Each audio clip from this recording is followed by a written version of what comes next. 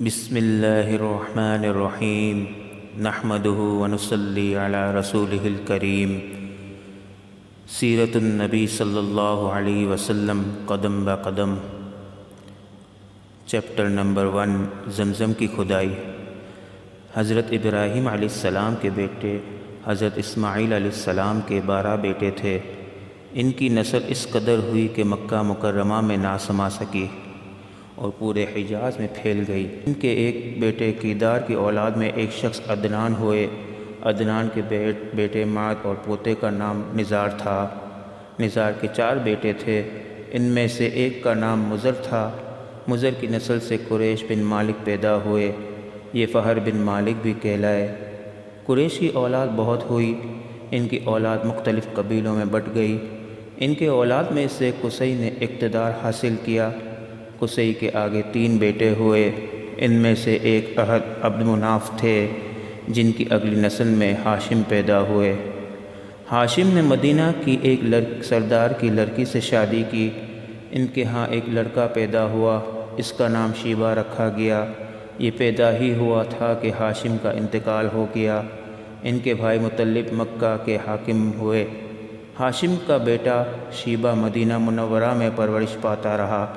جب مطلب کو معلوم ہوا کہ وہ جوان ہو گیا ہے تو بھتیجوں کو لینے کے لیے خود مدینہ گئے۔ اسے لے کر مکہ مکرمہ پہنچے تو لوگوں نے خیال کیا یہ نوجوان ان کا غلام ہے۔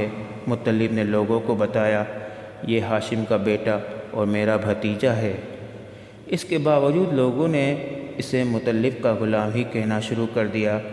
اس طرح شیبہ کو عبد المطلب کہا جانے لگا۔ انہی عبد المطلب کے ہاں ابو طالب، حمزہ، عباس، عبداللہ، ابو لہب، حارث، زبیر، زرار اور عبد الرحمن پیدا ہوئے۔ ان کے بیٹے عبداللہ سے ہمارے نبی حضرت محمد صلی اللہ علیہ وسلم پیدا ہوئے۔ عبد المطلب کے تمام بیٹوں میں سے حضرت عبداللہ سب سے زیادہ خوبصورت اور سب سے زیادہ پاک دامن تھے۔ عبد المطلب کو خواب میں زمزم کا کنواں کھودنے کا حکم دیا گیا، یعنی حضرت اسماعیل علیہ السلام کے کنویں کو۔ اس کنویں کو قبیلہ جرہم کے سردار مزاج نے پاٹ دیا تھا۔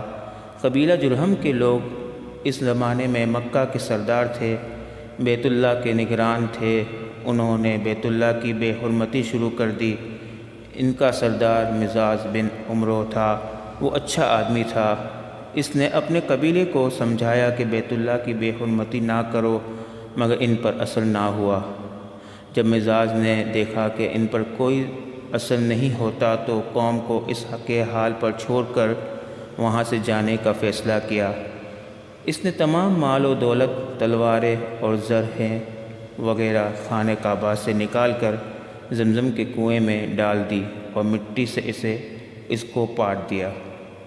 کنواں اس سے پہلے ہی خشک ہو چکا تھا، اب اس کا نام و نشان بھی مٹ گیا۔ مدتوں یہ کنواں بند پڑا رہا۔ اس کے بعد بنو خزاعہ نے بنو جرہم کو وہاں سے مار بھگایا۔ بنو خزاعہ اور قصی کی سرداری کا زمانہ اسی حالت میں گزرا، کنواں بند رہا، یہاں تک کہ قصی کے بعد عبد المطلب کا زمانہ آ گیا۔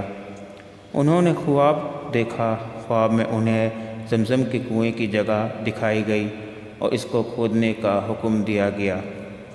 حضرت علی رضی اللہ عنہ سے روایت ہے کہ عبد المطلب نے بتایا میں حجر اسود کے مقام پر سو رہا تھا کہ میرے پاس ایک آنے والا آیا۔ اس نے مجھ سے کہا طیبہ کو کھودو۔ میں نے اس سے پوچھا طیبہ کیا ہے، مگر وہ کچھ بتائے بغیر چلا گیا۔ دوسری طرف رات کو پھر خواب میں وہی شخص آیا، کہنے لگا برا کو کھودو۔ میں نے پوچھا برا کیا ہے، وہ کچھ بتائے بغیر چلا گیا۔ تیسری رات میں اپنے بستر پر سو رہا تھا کہ پھر وہ شخص خواب میں آیا۔ اس نے کہا مجنونہ کو کھودو۔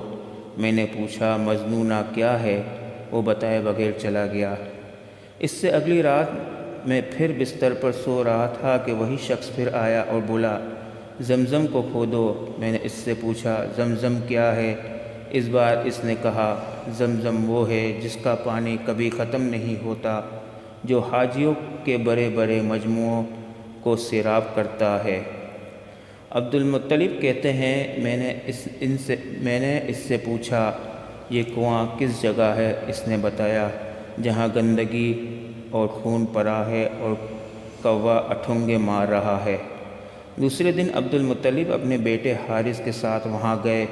اس وقت ان کے ہاں یہی ایک لڑکا تھا۔ انہوں نے دیکھا وہاں گندگی اور خون پڑا تھا اور ایک کوا اٹھونگے مار رہا تھا۔ اس جگہ کے دونوں طرف بت موجود تھے اور یہ گندگی اور خون دراصل ان بتوں پر قربان کیے جانے والے جانوروں کا تھا۔ پوری نشانی مل گئی تو عبد المطلب کدال لے آئے اور کھدائی کے لیے تیار ہو گئے۔ لیکن اسی وقت قریش وہاں آ پہنچے۔ انہوں نے کہا اللہ کی قسم ہم تمہیں یہاں کھدائی نہیں کرنے دیں گے۔ تم ہمارے ان دونوں بتوں کے درمیان کنواں کھودنا چاہتے ہو جہاں ہم ان کے لیے قربانیاں کرتے ہیں۔ عبد المطلب نے ان کی بات سن کر اپنے بیٹے حارث سے کہا تم ان لوگوں کو میرے قریب نہ آنے دو، میں کھدائی کا کام کرتا رہوں گا، اس لیے کہ مجھے جس کام کا حکم دیا گیا ہے میں اس کو ضرور پورا کروں گا۔ قریش نے جب دیکھا کہ وہ باز آنے والے نہیں تو رک گئے۔ آخر انہوں نے کھدائی شروع کر دی۔ جلد ہی کنویں کے آثار نظر آنے لگے۔ یہ دیکھ کر انہوں نے اللہ اکبر کا نعرہ لگایا اور پکار اٹھے یہ دیکھو یہ اسماعیل علیہ السلام کی تعمیر ہے۔ جب قریش نے دیکھا کہ انہوں نے تو کنواں تلاش کر لیا تو ان کے پاس آ گئے اور کہنے لگے عبد المطلب اللہ کی قسم یہ ہمارے باپ اسماعیل علیہ السلام کا کنواں ہے اور اس پر ہمارا بھی حق ہے، اس لیے ہم اس میں تمہارے شریک ہوں گے۔ یہ سن کر عبد المطلب نے کہا میں تمہیں اس میں شریک نہیں کر سکتا، یہ مجھ اکیلے کا کام ہے۔ اس پر قریش نے کہا تب پھر اس معاملے میں ہم تم سے جھگڑا کریں گے۔ عبد المطلب بولے کسی سے فیصلہ کرا لو۔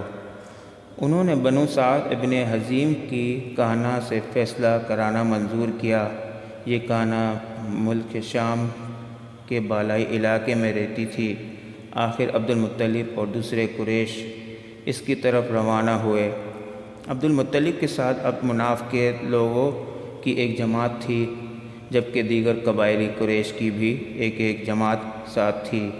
اس زمانے میں ملک حجاز اور شام کے درمیان ایک بیابان میدان تھا، وہاں کہیں پانی نہیں تھا۔ اس میدان میں ان کا پانی ختم ہو گیا۔ سب لوگ پیاس سے بے حال ہو گئے، یہاں تک کہ انہیں اپنی موت کا یقین ہو گیا۔ انہوں نے قریش کے دوسرے لوگوں سے پانی مانگا، لیکن انہوں نے پانی دینے سے انکار کر دیا۔ اب انہوں نے ادھر ادھر پانی تلاش کرنے کا ارادہ کیا۔ عبد المطلب اٹھ کر اپنی سواری کے پاس آئے۔ جوں ہی ان کی سواری اٹھی، اس کے پاؤں کے نیچے سے پانی کا چشمہ ابل پڑا۔ انہوں نے پانی کو دیکھ کر اللہ اکبر کا نعرہ لگایا۔ پھر عبد المطلب سواری سے اتر آئے۔ سب نے خوب سیر ہو کر پانی پیا اور اپنے مشکیزے بھر لیے۔ اب انہوں نے قریش کی دوسری جماعت سے کہا تم بھی سیر ہو کر پانی پی لو۔ اب وہ بھی آگے آئے اور خوب پانی پیا۔ پانی پینے کے بعد وہ بولے اللہ کی قسم اے عبد المطلب یہ تو تمہارے حق میں فیصلہ ہو گیا۔ اب ہم زمزم کے بارے میں تم سے کبھی جھگڑا نہیں کریں گے۔ جس ذات نے تمہیں اس بیابان میں سیراب کر دیا وہی تمہیں زمزم سے بھی سیراب کرے گا، اس لیے یہیں سے واپس چلو۔ اس طرح قریش نے جان لیا کہ اللہ تعالیٰ عبد المطلب پر مہربان ہے، لہذا ان سے جھگڑا بے سود ہے اور کہنا کے پاس جانے کا کوئی فائدہ نہیں۔ چنانچہ سب لوگ واپس لوٹے۔ واپس آ کر عبد المطلب نے پھر کنویں کی کھدائی شروع کی۔ ابھی تھوڑی سی کھدائی کی ہوگی کہ مال و دولت، تلواریں اور زریں نکل آئیں۔ اس میں سونا اور چاندی وغیرہ بھی تھی۔ یہ مال و دولت دیکھ کر قریش کے لوگوں کو لالچ نے آ گھیرا۔ انہوں نے عبد المطلب سے کہا عبد المطلب اس میں ہمارا بھی حصہ ہے۔ ان کی بات سن کر عبد المطلب نے کہا نہیں، اس میں تمہارا حصہ نہیں ہے، تمہیں انصاف کا طریقہ اختیار کرنا چاہیے۔ آؤ پانسے کے تیروں سے کرا ڈال لے۔ انہوں نے ایسا کرنا منظور کر لیا۔ 2 تیر کعبے کے نام کے رکھے گئے، 2 عبد المطلب کے اور 2 قریش کے باقی لوگوں کے نام کے۔ پانسا پھینکا گیا تو مال اور دولت کعبے کا نام نکلا، تلواریں اور زرہیں عبد المطلب کے نام اور قریشیوں کے نام پر جو تیر تھے وہ کسی چیز پر نہ نکلے۔ اس طرح فیصلہ ہو گیا۔ عبد المطلب نے کعبے کے دروازے کو سونے سے سجا دیا۔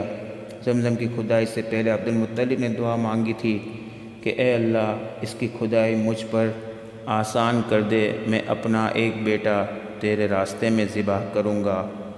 اب جب کہ کنواں نکل آیا تو انہیں خواب میں حکم دیا گیا اپنی منت پوری کرو، یعنی ایک بیٹے کو ذبح کرو۔ سبحان ربک رب العزت عما یصفون والسلام علی المرسلین والحمد للہ رب العالمین۔ ملتے ہیں اگلے عنوان میں جس کا نام ہے 100 اونٹوں کی قربانی۔ تب تک کے لیے اجازت دیجیے، اللہ حافظ۔